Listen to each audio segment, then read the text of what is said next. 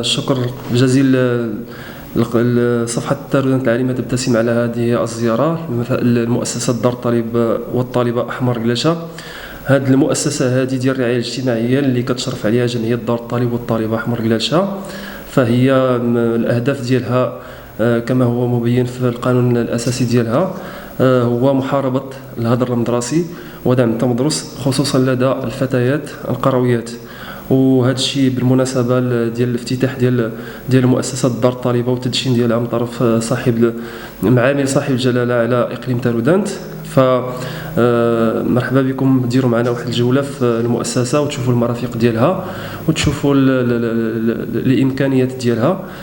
فبالنسبه للواجهه كما كتشوفوا واجهه جات قريبه للمؤسسه ديال المنصور الذهبي، المؤسسه الاعداديه والثانويه التاهيليه. وبالنسبه للفضاءات فحاولنا ما امكن اننا نلعبوا على الفضاء باش يكون مناسب للتلاميذ من اجل يعني انه يكون العطاء جيد. فبالنسبه للبنايه تتوفر على مرقدين، الطاقه الاستيعابيه ديال كل مرقد هي 32، ففي المجموع ديال الطاقه الاستيعابيه ديال المؤسسه هي 64 فتاه.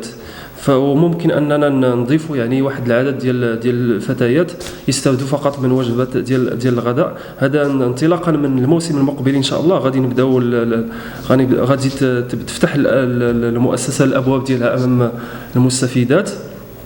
بالنسبه للمرافق فهي مرافق في المستوى وذات جودة عالية. بالنسبة للتجهيزات أيضا التجهيزات المطبخية والأواني المطبخية وأواني يعني ديال البريزونطاسيون ديال الماكلة يعني هما في أرقى المستويات.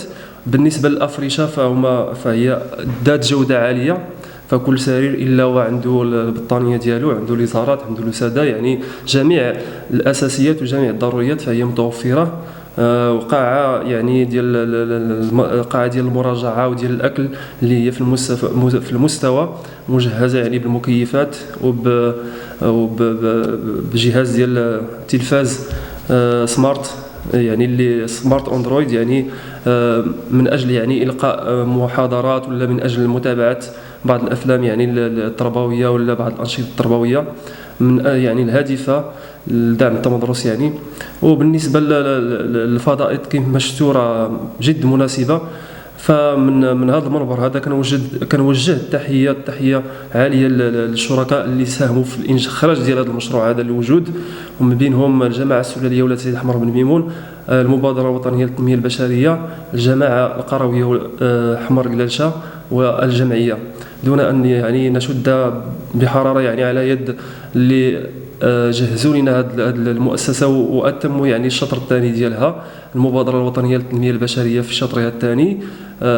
وكان نحيو عامل صاحب الجلاله على اقليم تارودانت اللي شرفنا بالزياره ديالو وخصص لنا واحد الميزانيه باش كملنا هذه المؤسسه هذه.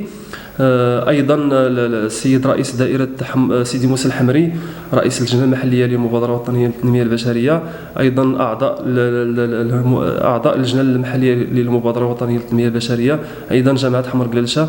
فكل جميع المتداخلين فهم يعني ساهموا في اخراج واحد المشروع اللي يهدف الى يعني دعم التمدرس، يعني الى الاستثمار في الجانب البشري ولا في الجانب يعني التربوي، فهذا هو احسن استثمار بطبيعه الحال. فهناك بعض الفتيات يعني في اقاصي الجبال، يعني في مناطق يعني ديال إيدهومان وبعاد نيت في حمر قلالشه، بعد على الثانويه الاعداديه ديال المنصور الذهبي. فبالنسبه لدار الطالبه ستفتح ابوابها وسترحب بهم ان شاء الله ابتداء من مطلع الموسم الدراسي المقبل.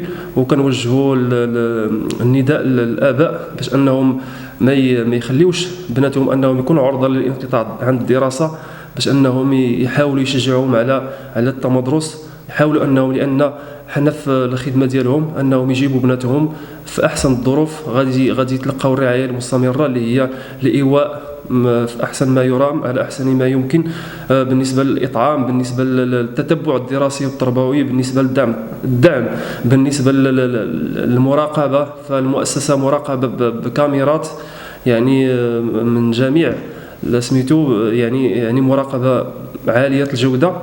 وبالنسبه الاطر اللي غتسهر على هاد البنيات ديالنا فحتى هما في المستوى ان شاء الله. وكنتمنوا انكم تشجعوا بناتكم على التمدرس. كما اوجه نداء الى المجالس المنتخبه انها تزيد في الدعم ديالها لفائده المؤسسات ديال دار الطالب، وخصوصا دار الطالب وحمر قلالشه، لان هذا هو اللي خصنا نستثمروا فيه، وهذا هو اللي خصنا ندعموه باش اننا نوفروا واحد الايواء مناسب للبنات ديالنا والاولاد ديالنا.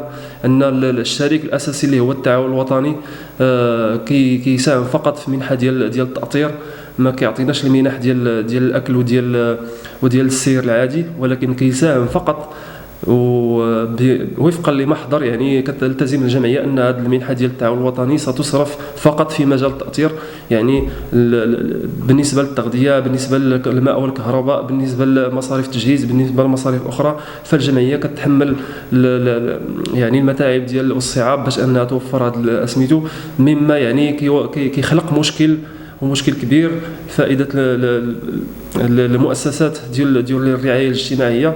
وهذا المشكل هذا كتعرفوا جميع المؤسسات في الاقليم، ان بحكم التاخر ديال المنحه ديال التعاون الوطني بالنسبه برسم سنه 2020 لحد الساعه مازال ما توصلناش بها، وهذا هو الاشكال.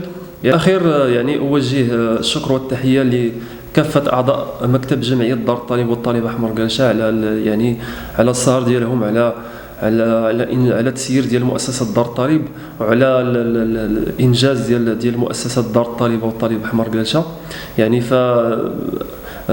كل الشكر لهم على هذا يعني العمل النبيل اللي كيخدم يعني الناشئه وكيخدم يعني التلميذات، يعني اللي هما في حاجه يعني ماسه يعني الى اتمام الدراسات ديالهم.